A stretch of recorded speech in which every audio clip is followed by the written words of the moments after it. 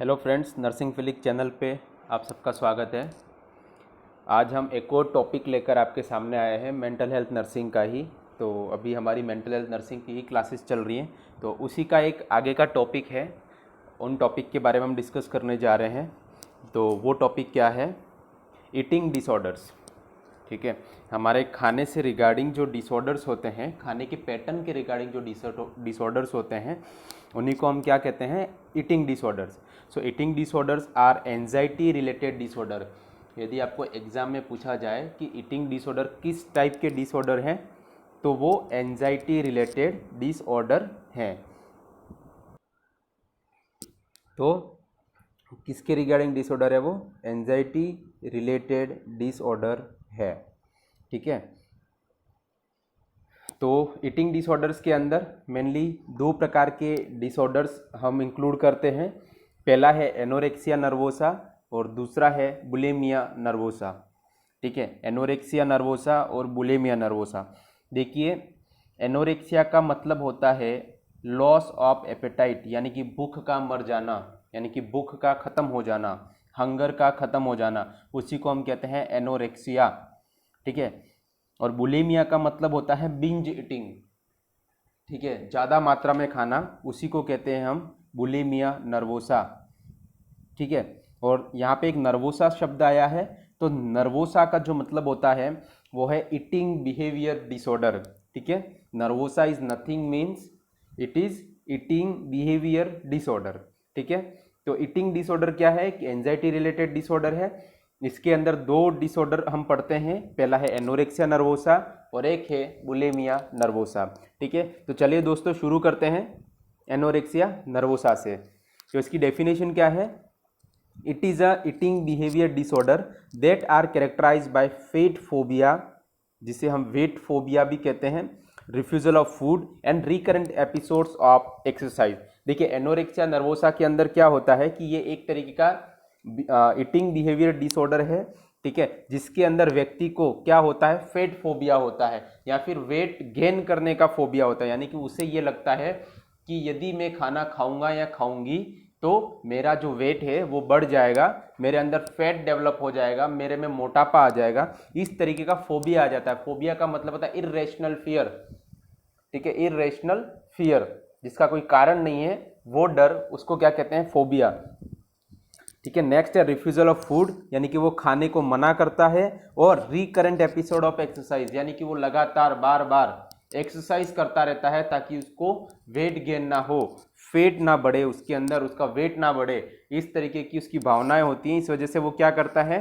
एक तो उसमें फेट फोबिया होता है, खाने को मना करता है, refusal of food and recurrent episodes of exercise, वो लगातार बार बार क्या करता रहता है? एक्सरसाइज करता रहता है ताकि उसकी बॉडी वेट ना बढ़े। ठीक है, तो उसी को हम क्या कहते हैं? Anorexia nervosa. So anorexia nervosa के अंदर तीन कैरेक्टर होते हैं। फेट फोबिया होगा, उसको फूड को रिफ्यूज करेगा, यानी कि मना करेगा, खाने से मना करेगा या फिर कम खाएगा। और रिकरेंट एपिसोड्स ऑफ एक्सरसाइज, यानी कि वो बार बार लगातार एक्सरसाइज करता रहता है जिससे कि उसकी बॉडी का वेट ना बढ़े।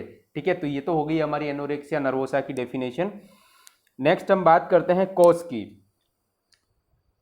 फर्स्ट कॉज है बायोलॉजिकल कॉज। ठीक है, बायोलॉजिकल कॉज के अंदर आता है, फर्स्ट है decrease estrogen hormone level in female. देखिए, मैं आपको बता देता हूं कि जनरली जो ईटिंग डिसऑर्डर्स पाए जाते हैं वो कंपैरेटिवली मेल की कंपैरिजन में फीमेल में ज़्यादा होते हैं। यानी कि आप ये मान लीजिए कि फीमेल के अंदर जो है वो ईटिंग डिसऑर्डर्स ज़्यादा पाए जाते हैं। ठीक है, और एनोरेक्सिया नर्वोसा को यदि आप एक छोटे शब्द में, जो आपकी कॉमन लैंग्वेज में हमेशा आपको सुनाई देता है, वो है डाइटिंग। जनरली इसको डाइटिंग कहते हैं। डाइटिंग एक अलग मैटर है, लेकिन फिर भी डाइटिंग जो है, जिसे ज़रूरत नहीं है वो भी करने लग जाए, तो उसको क्या कहते हैं? Anorexia nervosa. ठीक है, तो जनरली ये फीमेल के अंदर पाए जाते हैं ईटिंग डिसऑर्डर्स। ठीक है, तो फर्स्ट बायोलॉजिकल कॉज के अंदर आता है decrease estrogen hormone level in female, यानी कि महिलाओं के अंदर जो एस्ट्रोजन हार्मोन होता है, यदि उसकी मात्रा कम हो जाती है तो उसकी वजह से भी क्या है? एनोरेक्सिया नर्वोसा डेवलप हो सकता है। ठीक है, अब बात करते हैं, थोड़ा सा ब्रीफ कर देता हूँ आपको एस्ट्रोजन हार्मोन के बारे में। तो देखिए, एस्ट्रोजन एक फीमेल के अंदर और मेल दोनों के अंदर पाया जाता है ये हार्मोन, ठीक है। फीमेल के अंदर ये हार्मोन जो है वो ओवरीज से सिक्रीट होता है, यानी कि अंडाशय जो होते हैं, अंडाशय जो होते हैं जहाँ से एग्स रिलीज होते हैं मेंस्ट्रुअल साइकिल के टाइम पे, यानी कि देखिए ध्यान रहे यहाँ पे जो ओवरीज एग्स रिलीज करती है, अंडा जो रिलीज करती है वो एट ए टाइम सिर्फ एक ही अंडा रिलीज करती है और साइमल्टेनियसली अल्टरनेटिवली करती है, यानी कि यदि अभी राइट वाली ओवरीज ने यदि अंडा रिलीज किया है मेंस्ट्रुअल साइकिल में, तो नेक्स्ट जो मेंस्ट्रुअल साइकिल आएगा उसके अंदर लेफ्ट वाली ओवरीज से अंडा जो है वो रिलीज होता है, यानी कि साइमल्टेनियसली अलग अलग ओवरीज से हर बार रिलीज होता रहता है, ठीक है। तो उसके साथ उस ओवरीज से एक तो एस्ट्रोजन हार्मोन रिलीज होता है, और एक आपको पता होगा कि जो फॉलिकल बनते हैं उन फॉलिकल्स में से जब एग रिलीज हो जाता है, यानी कि उस फॉलिकल में से जब एग बाहर आ जाता है तो उस बचे हुए स्ट्रक्चर को हम कहते हैं कार्पस ल्यूटियम, ठीक है। तो उस कार्पस ल्यूटियम से भी एस्ट्रोजन हार्मोन रिलीज होता है, ठीक है। एस्ट्रोजन हार्मोन कहाँ कहाँ से रिलीज होता है, तो ओवरीज से भी रिलीज होता है और कार्पस ल्यूटियम से भी रिलीज होता है। अब आप पूछेंगे कि सर कार्पस ल्यूटियम क्या है, तो कार्पस ल्यूटियम क्या है कि जब फॉलिकल में से एक बाहर निकल जाता है, एक रिलीज हो जाता है, उसके बाद जो बचा हुआ ढांचा होता है उस ढांचे को हम कहते हैं कार्पस ल्यूटियम, और उस कार्पस ल्यूटियम से भी एस्ट्रोजन हार्मोन रिलीज होता है। और आप बात करें कि एस्ट्रोजन हार्मोन का काम क्या है, तो एस्ट्रोजन हार्मोन मेनली क्या काम करता है, सेकेंडरी सेक्सुअल कैरेक्टरिस्टिक्स शो करता है। देखिए किसी भी इंसान का प्राइमरी सेक्सुअल कैरेक्टर क्या है, उसका जो रिप्रोडक्टिव ऑर्गन है दैट इज द फर्स्ट या फिर प्राइमरी सेक्सुअल कैरेक्टर, यानी कि अगर वेजाइना है तो शी इज अ फीमेल, और यदि पेनाइल स्ट्रक्चर है रिप्रोडक्शन का तो वो क्या है, मेल है। लेकिन अगर सेकेंडरी सेक्सुअल यानी कि द्वितीयक जो जेंडर यानी कि लिंग निर्धारक लक्षण है वो जो डेवलप करते हैं वो कौन करता है, एस्ट्रोजन करता है।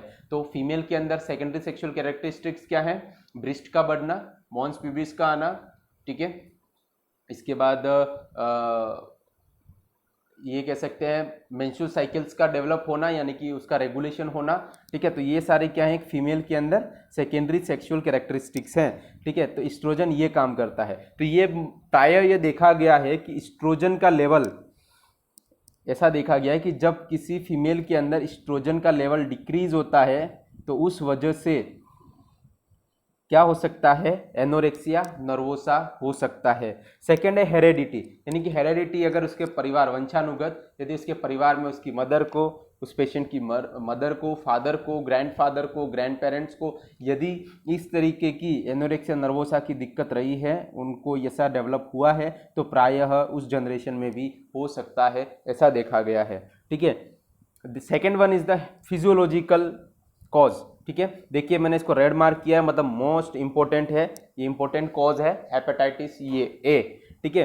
सो प्राय ये भी देखा गया है कि हेपेटाइटिस ए के अंदर, ठीक है, जब इसके अंदर लीवर के अंदर डैमेज होता है, ठीक है, हेपेटाइटिस ए में क्या होता है, जब डैमेज होना शुरू होता है किसके अंदर, लीवर के अंदर, तो उसके कारण मेटाबॉलिज्म और उन सब का फंक्शंस जो है वो अल्टर्ड होता है, और इस फंक्शन के अल्टर्ड होने की वजह से क्या है, एनोरेक्सिया नर्वोसा डेवलप हो सकता है, ठीक है। तो आप यहाँ ध्यान दीजिएगा कि hepatitis A is the most common cause of anorexia nervosa, ठीक है। मैंने इसको रेड इंक से इसको मैंने हाईलाइट किया है, तो आप इसे ध्यान रखेंगे। सो फिजियोलॉजिकल कॉज क्या है, हेपेटाइटिस ए। नेक्स्ट है प्रोफेशनल कॉज। प्रोफेशनल का मतलब होता है कि आपका काम कुछ इस तरीके का है जिसके अंदर आप अपना बॉडी वेट बढ़ा हुआ नहीं दिखा सकते हैं, ठीक है, फेट नहीं दिखा सकते हैं शरीर में, एक वेल मेंटेन फिजिक्स आपकी दिखनी चाहिए। तो ऐसे किसी प्रोफेशन में है तो उस प्रोफेशन के लोग भी एनोरेक्सिया नर्वोसा से ग्रसित हो सकते हैं, जैसे कि एक्टर एक्ट्रेस आपने देखा होगा, ठीक है, वो अपनी बॉडी फिजिक्स को लेके बहुत ही कॉन्शियस होते हैं, कंटिन्यूस वो जिम जाते हैं, कंटिन्यूस एक्सरसाइज करते हैं, बिल्कुल वेल प्लान डाइट प्लान लेते हैं, क्योंकि वो चाहते हैं कि हमारी बॉडी फिजिक्स न बिगड़ जाए, क्योंकि उनका पूरा करियर, उनकी पूरी लाइफ जो होती है वो उनके बॉडी फिजिक्स के ऊपर ही डिपेंड करती है। तो यदि आप एक्टर एक्ट्रेस हैं, ठीक है, फिल्म निर्माता हैं, फिल्म में इंडस्ट्री में यदि आप काम करते हैं, तो वे लोग भी एनोरेक्सिया नर्वोसा से ग्रसित हो सकते हैं। Second one is the modelling, ठीक है, वेल नोन है, मॉडलिंग के अंदर भी आपने देखा होगा कि बॉडी फिजिक्स को बहुत ही मैटर किया जाता है, फिजिकल अपीयरेंस का ही उसमें मैटर है पूरा। तो एक हो गया मॉडलिंग, एक होता है जिम्नास्टिक, या आप बहुत ज़्यादा जिम से एडिक्टेड हैं तो वो लोग भी चाहते हैं कि हमारे शरीर में फैट डेवलप ना हो इतना सारा, तो एक वो भी कारण है। और एक होता है एयर होस्टेज। आपने देखा होगा एयर होस्टेज जो होती हैं उनको वेल ड्रेस रहना पड़ता है ताकि उनकी कंपनीज की जो पैसेंजर की संख्या है वो लगातार बढ़ती रहे। तो देखा होगा एयर होस्टेस ज़्यादातर फीमेल्स जो होती हैं वो अपने बॉडी फिजिक्स को लेके बहुत कॉन्शियस होती हैं, तो वो इस तरीके की डाइटिंग और इनके चक्कर में क्या हो सकता है, उनके अंदर एनोरेक्सिया नर्वोसा डेवलप हो सकता है। नेक्स्ट है साइकोलॉजिकल फैक्टर या साइकोलॉजिकल कोज। इसके अंदर आता है स्ट्रेस या एंजाइटी। देखिए मैंने जब ये डिसऑर्डर चालू किए थे उसी टाइम पे बताया था कि eating disorders are the anxiety related disorder. ठीक है, ये एंजाइटी रिलेटेड डिसऑर्डर है। तो यदि कोई स्ट्रेस में है व्यक्ति या डर में है, ठीक है, तो उस टाइम पे भी इंसान जो होता है वो खाना खाना कम कर देता है।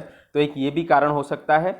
एक कारण हो सकता है डिप्रेशन, यानी कि व्यक्ति अवसाद की स्थिति में है, डिप्रेशन की स्थिति में है। तो जब मैंने डिप्रेशन का टॉपिक पढ़ाया था उस टाइम पे आपको बताया था कि डिप्रेशन में व्यक्ति जो है वो अपनी शरीर की सारी एक्टिविटीज़ को कम कर देता है। तो उसमें से खाना भी एक है, हंगर भी एक चीज़ है, भूख भी एक है, तो वो खाना खाना भी कम कर देता है। तो ये एक और फैक्टर हो गया डिप्रेशन का। नेक्स्ट है सोशियो कल्चरल। सोशियो कल्चरल सामाजिक या सांस्कृतिक रूप से क्या कारण हो सकते हैं। तो एक मेन कारण इसमें मुझे जो नज़र आता है वो है पोवर्टी, गरीबी। ठीक है, यदि कोई व्यक्ति गरीब है जिसे 2 वक्त का खाना भी नसीब नहीं हो रहा है तो उस समय भी उसके अंदर जो है वो एनोरेक्सिया नर्वोसा डेवलप हो सकता है। ठीक है, तो पोवर्टी में व्यक्ति के पास खाने के पैसे नहीं होते हैं, तो जिस वजह से भी ये दिक्कत जो है एनोरेक्सिया नर्वोसा की वो डेवलप हो सकती है। नेक्स्ट हम बात करें साइन एंड सिम्टम्स की।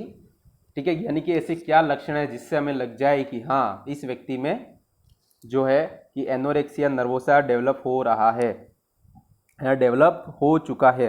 ठीक है, यानी कि जो व्यक्ति जिनमें एनोरेक्सिया नर्वोसा, इसको जनरली एएन के नाम से जानते हैं। एनोरेक्सिया नर्वोसा को हम क्या कहते हैं, एएन।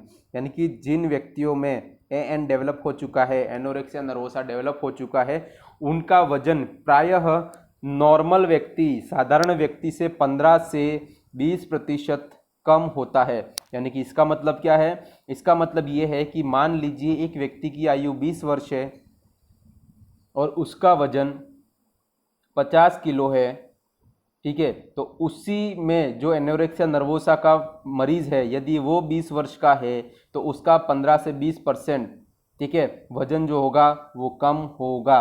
ठीक है, तो 50 किलो का 15 से 20% वजन जो है वो कम होगा। याद रखिएगा, ये भी इम्पोर्टेंट लाइन है कि वेट लॉस होता है तो किसी साधारण व्यक्ति से एनोरेक्सिया नर्वोसा वाले का वजन कितना कम होता है, तो 15 से 20%। समझ में आ रहा है। यदि एक व्यक्ति 20 वर्ष का है जो साधारण व्यक्ति है और उसकी वजन 50 किलो है, तो एक जो एनोरेक्सिया नर्वोसा का मरीज होगा यदि उसकी आयु 20 वर्ष है और उसका वजन जो होगा लेकिन 15 से 20% कम होगा, यानी 50 kg के 15 से 20% कम होगा। ठीक है, इसके बाद यदि फीमेल है एनोरेक्सिया नर्वोसा की तो उसके अंदर 3 से 4 मेंस्ट्रुअल साइकिल्स जो होंगी वो एब्सेंट रहेंगी। ठीक है, क्योंकि यहाँ ध्यान देने वाली बात है कि मेंस्ट्रुअल साइकिल्स में भी मेटाबॉलिज्म, ठीक है, मेटाबॉलिज्म, कैलोरीज, इन सब की बहुत ही इंपॉर्टेंट रोल होता है। तो जब ये सारी चीज़ें बॉडी में अल्टर्ड होंगी due to the anorexia nervosa तो उसके अंदर मेंस्ट्रुअल साइकिल्स जो आती हैं फीमेल के अंदर वो 3 to 4 साइकिल्स जो होती है वो एब्सेंट भी हो सकती हैं। नेक्स्ट है फेट फोबिया और वेट फोबिया, यानी कि व्यक्ति को फेट बढ़ने से रिगार्डिंग डर होता है या फिर उसे लगता है कि हाँ मेरा वजन इंक्रीज हो जाएगा, मेरा वजन बढ़ जाएगा। इस तरीके के फोबियाज भी उसके अंदर होते हैं। नेक्स्ट होता है लेन्यूगो। ठीक है, लेन्यूगो का मतलब होता है hair growth over the body. Body के ऊपर बहुत ज़्यादा मात्रा में आपको हेयर ग्रोथ भी देखने को मिल सकती है। ठीक है, किसके अंदर, एनोरेक्सिया नर्वोसा के मरीज के अंदर। Next dryness on the skin. ठीक है, देखिए ड्राइनेस ऑन द स्किन का मतलब ये है कि उसकी शरीर जो होता है वो सूखा रह जाता है।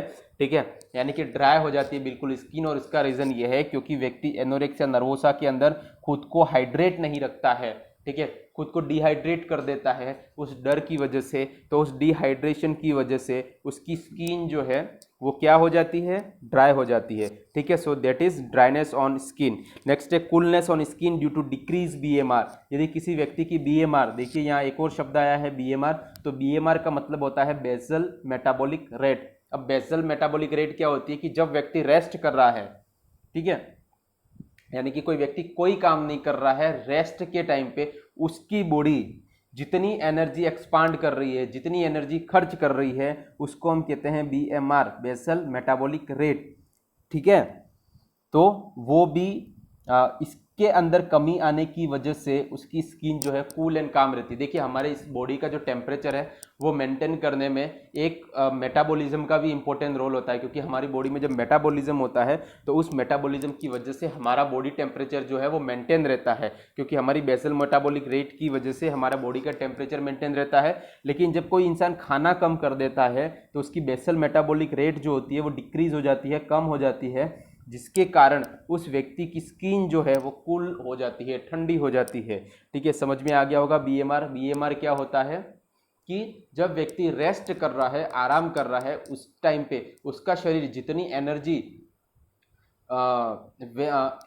एनर्जी यूज कर रहा है उसका बॉडी, उसी को हम कहते हैं बेसल मेटाबॉलिक रेट। ठीक है, नेक्स्ट साइन इन सिम्टम क्या है, तो रिकरेंट एपिसोड ऑफ वॉमिटिंग, यानी कि वो बार बार वॉमिटिंग करेगा। ठीक है, ताकि उसका वेट लॉस ना हो। 5 to 6 times episode of exercise in a day, यानी कि ऐसा व्यक्ति जो एनोरेक्सिया नर्वोसा से ग्रसित है वो दिन में 5 से 6 बार एक्सरसाइज करता है।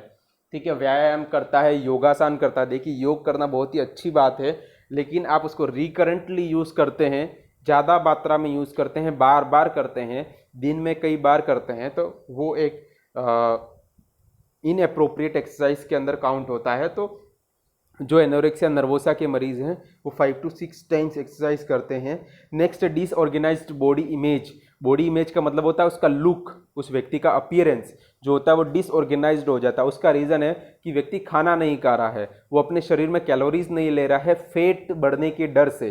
तो जब वो कैलोरी नहीं लेगा, खाना नहीं लेगा, तो उसकी बॉडी जो है वो बिल्कुल उदासीन लगेगी और उसका बॉडी इमेज यानी कि उसका जो अपीयरेंस है वो बिल्कुल ही डिसऑर्गेनाइज्ड होगा, यानी कि ऑर्गेनाइज मैनर में नहीं दिखेगा। नेक्स्ट है डिजीज ऑनसेट विद नर्वसनेस और स्ट्रेस कंडीशन। ठीक है, जब व्यक्ति स्ट्रेस कंडीशन में रहेगा, ठीक है, नर्वसनेस की कंडीशन में रहेगा, तो उसमें नई नई बीमारियां, नई नई डिजीज डेवलप होने के भी हमें चांसेस दिखते हैं, या फिर उनमें बार बार कोई ना कोई डिजीज कंडीशन डेवलप होती है। देखिए हमारा खाना, हमारा न्यूट्रिशन हमारी इम्यूनिटी को मेंटेन करता है।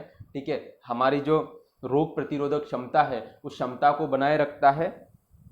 तो जब व्यक्ति खाना नहीं खाएगा तो उसके अंदर जो रोग प्रतिरोधक क्षमता जिसे हम इम्यूनिटी कहते हैं वो इम्यूनिटी डिक्रीज होगी और उसके अंदर नई डिजीज जो है वो प्रमोट होने के चांसेस रहते हैं। नेक्स्ट है इलेक्ट्रोलाइट इम्बैलेंस, यानी कि इलेक्ट्रोलाइट्स हमारी बॉडी के जो भी हैं, चाहे वो सोडियम, पोटेशियम, मैग्नीशियम, फॉस्फेट, ठीक है, आयरन, जितने भी इलेक्ट्रोलाइट्स हैं वो इलेक्ट्रोलाइट्स क्या हैं, उसके अंदर इम्बैलेंस हो जाते हैं। पीएच, उसका जो ब्लड का पीएच होता है कितना होता है, 7.35 to 7.45, ये हमारी ब्लड का पीएच होता है। कितना होता है, 7.35 to 7.45। जो पीएच है वो पीएच भी अल्टर्ड हो जाता है, यानी कि कुल मिला के उसके अंदर इलेक्ट्रोलाइट्स का इम्बैलेंस हो जाता है। पीएच की मात्रा अलग हो जाती है। सोडियम की कितनी होती है, 135 to 145, ठीक है, ये भी सोडियम की मात्रा है वो अल्टर्ड हो जाती है। पोटेशियम का कितना है नॉर्मल लेवल, तो वो होता है 2.5 to 3.5, ठीक है, नॉर्मली। तो इस तरीके से उसके अंदर जो सोडियम, पोटेशियम, मैग्नीशियम, आयरन जितने भी इलेक्ट्रोलाइट्स हैं वो इलेक्ट्रोलाइट्स भी क्या हो जाते हैं, अल्टर्ड हो जाते हैं। तो इलेक्ट्रोलाइट इम्बैलेंस भी इन व्यक्तियों के अंदर देखने को मिलता है। अब नेक्स्ट बात करें हम कि डायग्नोज कैसे करेंगे कि कोई व्यक्ति एनोरेक्सिया नर्वोसा के अंदर है। तो पहला तो है ब्लड टेस्ट, यानी कि ब्लड टेस्ट के अंदर हम क्या कर सकते हैं, तो ब्लड टेस्ट में हम एबीजी कर सकते हैं, जिससे हम क्या कहते हैं, आर्टेरियल ब्लड गैस एनालिसिस। ठीक है, आर्टेरियल ब्लड गैस एनालिसिस। अब एबीजी के अंदर, ठीक है, याद रखिए एक नया शब्द आया है एबीजी। ठीक है, एबीजी को हम कहते हैं आर्टेरियल ब्लड गैस एनालिसिस। इसके अंदर एक इम्पोर्टेंट टेस्ट करते हैं, एलेंस टेस्ट। ठीक है, याद रखिएगा, कभी आपको एग्जाम में पूछ ले कि एलन टेस्ट किस प्रोसीजर में परफॉर्म करते हैं, किस प्रोसीजर से पहले परफॉर्म करते हैं, तो एबीजी जब करते हैं, आर्टेरियल ब्लड गैस एनालिसिस के सैंपलिंग जब करते हैं, उससे पहले एलेंस टेस्ट किया जाता है। आगे की किसी क्लास में मैं ज़रूर बताऊंगा कि एलेंस टेस्ट क्या होता है और एबीजी का पूरा परफॉर्मा क्या होता है, मैं आपको दिखाऊंगा। लेकिन अभी के लिए देख लीजिए कि ब्लड टेस्ट में हम क्या करते हैं, एबीजी करके चेक करते हैं। एबीजी करने से हमें क्या पता लगेगा कि उसके ब्लड के अंदर जो इलेक्ट्रोलाइट्स पैरामीटर्स हैं, ठीक है, वो पता लगेंगी। उसके बॉडी की जो ब्लड गैसेस हैं, उन गैसेस का रिलेशन कैसा चल रहा है वो पता लगेगा। ब्लड टेस्ट हम एक और कर सकते हैं, एलएफटी कर सकते हैं, एक आरएफटी कर सकते हैं, लीवर फंक्शन टेस्ट कर सकते हैं, रीनल फंक्शन टेस्ट कर सकते हैं, यानी कि किडनी कैसा काम कर रहा है वो देख सकते हैं, लीवर फंक्शन टेस्ट कर सकते हैं, यानी कि उस सबके अंदर हम क्या देखेंगे, इलेक्ट्रोलाइट्स देखेंगे। ठीक है, तो ब्लड टेस्ट में हम क्या क्या कर सकते हैं, एबीजी कर सकते हैं, एलएफटी कर सकते हैं, आरएफटी कर सकते हैं, लीवर फंक्शन टेस्ट और रीनल फंक्शन टेस्ट। आरएफटी को केएफटी भी कहते हैं, किडनी फंक्शन टेस्ट।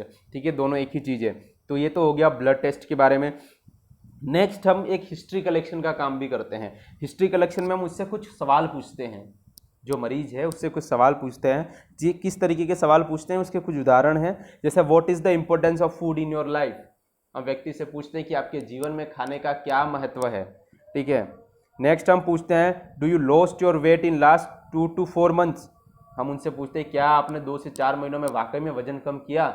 ठीक है, नेक्स्ट हम पूछते हैं what do you feel when other person says you thin. ठीक है, आप कैसा महसूस करते हैं जब आपको कोई पतला कहता है। ठीक है, इससे हमें ये पता चलेगा कि वो एनोरेक्सिया नर्वोसा से रिगार्डिंग कैसा बिहेव है उसका, या किस तरीके की धारणा वो रखता है। तो ये तो हो गया हमारा डायग्नोसिस। नेक्स्ट हम बात करें तो मैनेजमेंट की, तो मैनेजमेंट में हम करते हैं सीबीटी, कॉग्निटिव बिहेवियर थेरेपी। देखिए मैंने मेनिया के अंदर भी बताया आपको, डिप्रेशन के अंदर भी बताया है।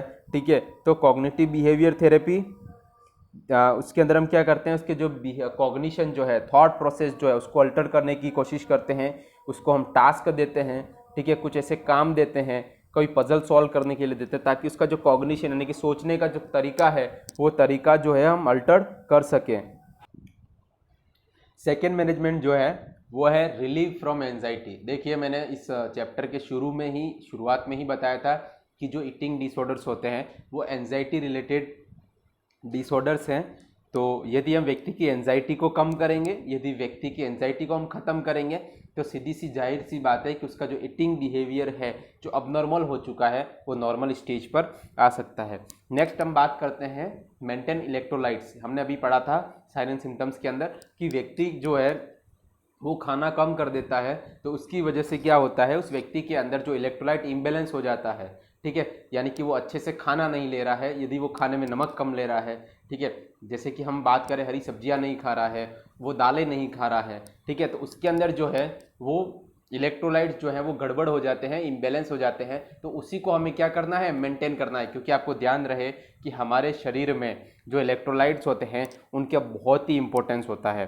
ठीक है, चाहे वो किडनी के फंक्शन से रिलेटेड हो, चाहे वो हार्ट के रिलेशन से हो, यानी कि हमारे बॉडी का जितने भी वाइटल्स ऑर्गन हैं उन वाइटल्स ऑर्गन के परफॉर्मेंस के लिए जो मिनरल्स हैं, ठीक है, जो इलेक्ट्रोलाइट्स हैं, उनका बहुत ही बड़ा रोल है। उसमें अल्ट्रेशन आने पर उसे कार्डियक प्रॉब्लम्स भी हो सकती हैं। जैसे कि हम बात करें कि सोडियम और पोटेशियम की, तो सोडियम और पोटेशियम जो होते हैं वो हमारी हार्ट की कंडक्टिविटी के लिए बहुत ही इंपॉर्टेंट है। आपने सुना होगा सोडियम चैनल, पोटेशियम चैनल। ठीक है, तो इन चैनल्स को चलाने के लिए, ठीक है, इन चैनल्स को ओपन होने के लिए, क्लोज होने के लिए इन मिनरल्स का होना बहुत ज़रूरी है, इन इलेक्ट्रोलाइट्स का होना बहुत ज़रूरी है। तो इन इलेक्ट्रोलाइट्स को, मिनरल्स को मेंटेन करने का हमें काम करना चाहिए। यानी कि यदि उसके अंदर इस तरीके की अल्ट्रेशन है तो हमें पोटेशियम और सोडियम के सप्लीमेंट से उसके अंदर इनको करेक्ट करना चाहिए। नेक्स्ट है प्रोटेक्ट फ्रॉम द इन्फेक्शन, यानी कि व्यक्ति को इन्फेक्शन से बचाना है। क्यों, मैंने अभी बताया था साइन एंड सिम्टम्स के अंदर, जब व्यक्ति फूड इंटेक कम कर देता है, वो प्रॉपर कैलोरीज नहीं लेता है, उसकी रिक्वायर्ड कैलोरीज जो है, ठीक है, उसको नहीं लेता है तो उसकी वजह से उसकी जो इम्यूनिटी होती है वो डिक्रीज़ हो जाती है, और उसी इम्यूनिटी डिक्रीज़ के कारण उस व्यक्ति के अंदर इन्फेक्शन होने के जो चांस हैं, ठीक है, वो इंक्रीज़ हो जाते हैं। ठीक है, तो ये हो गया प्रोटेक्ट फ्रॉम इन्फेक्शन। नेक्स्ट है prevent extra loss of calories than intake, यानी कि व्यक्ति जितना ले रहा है, जितना खाना ले रहा है, जितनी कैलोरीज ले रहा है, उससे ज़्यादा कैलोरीज वो व्यर्थ ना करे, यानी कि वो ज़्यादा से ज़्यादा एक्सरसाइज ना करे, इस चीज़ का भी हमें ध्यान देना है। ज़्यादा से ज़्यादा वो वर्क ना करे, उस पर भी ध्यान देना है, क्योंकि यदि उसका इनटेक कम हुआ और यदि उसकी कैलोरीज ज़्यादा बर्न हुई, उसकी कैलोरीज ज़्यादा यूज़ हुई, ठीक है, तो उस व्यक्ति के अंदर क्या हो सकता है, बहुत सारी दिक्कतें हो सकती है, जो कि हमने साइन एंड सिम्टम्स में पढ़ी थी। नेक्स्ट है observe to the patient after eating the food to prevent vomiting. देखिए ऐसा भी हो सकता है कि आपने उसे अच्छे से खाना खिला दिया, ठीक है, लेकिन उसके दिमाग के अंदर क्या है, अभी भी वही भ्रांति है कि मेरा पेट बढ़ सकता है, मेरा वेट बढ़ सकता है, तब उसे कितना भी खाना खिला दे, हो सकता है कि वो बाहर जाकर, ठीक है, या आपकी नज़रों से दूर होकर वो इंड्यूस कर दे वॉमिटिंग को, और वो सारा खाना बाहर निकाल दे, ठीक है। तो एटलीस्ट आपको खाने के 2 घंटे तक, खाना खाने के 2 घंटे तक आपको क्या करना है, उसको ऑब्जर्व करना है कि वॉमिटिंग ना कर दे। अब देखिए यहाँ 2 घंटे है, देखिए मेडिकल साइंस जो है या फिर जो साइंस है वो फैक्ट्स पर काम करती है हमेशा। अभी मैंने यहाँ पे जो कहा कि 2 घंटे के लिए ऑब्जर्व करना है, ठीक है, उस व्यक्ति के खाना खाने के 2 घंटे तक उसको ऑब्जर्व करना है कि वो वॉमिटिंग ना कर दे। उसका सेंस क्या है, मैं कह सकता था आधे घंटे के लिए देख लो, खत्म है बात, आधे घंटे में नहीं की तो वो आगे भी नहीं करेगा। लेकिन यहाँ पे जो 2 घंटे का जो आपको सेंस बोला गया है, उससे मतलब ये है कि हमारा जो फूड हम जीआई में जाता है, गैस्ट्रो इंटेस्टाइनल ट्रैक्ट में जाता है, और जब स्टमक में जाता है, ठीक है, तो स्टमक से नीचे के लोअर जीआई ट्रैक में इंटर करने के लिए उसको 2 घंटे का समय लग जाता है। यानी कि आप जो फूड खाते हैं, आप जो खाना खाते हैं, वो स्टमक से नीचे स्मॉल इंटेस्टाइन, लार्ज इंटेस्टाइन, वहाँ तक पहुँचने के लिए, यानी कि पाइलोरिक स्फिंक्टर जो होता है हमारे स्टमक का, उस पाइलोरिक स्फिंक्टर के अंदर, उसको पाइलोरिक स्फिंक्टर क्रॉस करते करते उसको 2 घंटे का वक्त लग जाता है। यानी कि स्टमक तक उस व्यक्ति का जो खाना जो है वो 2 घंटे तक टिका रह सकता है, तो 2 घंटे का समय लग जाता है। और यदि स्टमक में ही खाना है अभी भी, तो वो इंड्यूस किया जा सकता है वॉमिटिंग के थ्रू। लेकिन जो खाना पाइलोरिक स्फिंक्टर के नीचे चला गया है, उस खाने को आप वापस वॉमिटिंग के थ्रू बाहर नहीं निकाल सकते, ठीक है, तो वहाँ पर वॉमिटिंग के चांसेस ना के बराबर हो जाते हैं। तो इसीलिए आपको व्यक्ति को 2 घंटे के लिए ऑब्जर्व करना है कि वह वॉमिटिंग ना कर दे, ठीक है। तो इस तरीके से यह हमारा एनोरेक्सिया नर्वोसा कंप्लीट होता है, ठीक है। बहुत ही छोटा टॉपिक था, लेकिन बहुत ही इंपॉर्टेंट टॉपिक है। यहाँ से हर लाइन में से कहीं ना कहीं कुछ ना कुछ क्वेश्चन जरूर पूछा जाता है, और मैक्सिमम टाइम मैंने देखा है, ये मेरा अपना अनुभव है, कि जो भी बड़े लेवल के एग्जाम्स होते हैं, उन एग्जाम्स के अंदर इन टॉपिकों से, इन छोटे टॉपिकों से बहुत क्वेश्चन पूछे जाते हैं, कहीं ना कहीं कैसे ना कैसे लैंग्वेज बनवा के, और उस लैंग्वेज के थ्रू आपसे कोई ना कोई क्वेश्चन पूछा जा सकता है। जैसे कि एक क्वेश्चन यही है कि व्यक्ति यदि एनोरेक्सिया नर्वोसा का पेशेंट है, उसने खाना खाया है, ठीक है, तो आप उसे कितने घंटे के लिए ऑब्जर्व करेंगे, 2 घंटे के लिए, 4 घंटे के लिए, 1.5 घंटे के लिए, 1 घंटे के लिए। तो यहाँ पे आपका जवाब क्या होना चाहिए, 2 घंटे के लिए, ठीक है। तो इस तरीके से आपसे प्रश्न पूछे जा सकते हैं। तो उम्मीद कर रहा हूँ कि आपको समझ में आया होगा। इसी के साथ हमारी जो एनोरेक्सिया नर्वोसा की क्लास है वो यहीं पे ख़त्म होती है। आगे का जो बुलिमिया नर्वोसा है उससे हम अगली क्लास में डिस्कस करेंगे। तब तक के लिए शुक्रिया, और आपसे एक बार फिर मैं अनुरोध कर रहा हूँ कि इसे ज़्यादा से ज़्यादा शेयर करें, सब्सक्राइब करें, ताकि हमें मोटिवेशन मिले, हम इस पर और अच्छा काम कर सकें। और इसी उम्मीद के साथ आप हमारा साथ देंगे, हम आपका साथ देंगे। और यदि आप कुछ अच्छा पढ़ रहे हैं तो आप नर्सिंग फिलिक्स से पढ़ रहे हैं। धन्यवाद।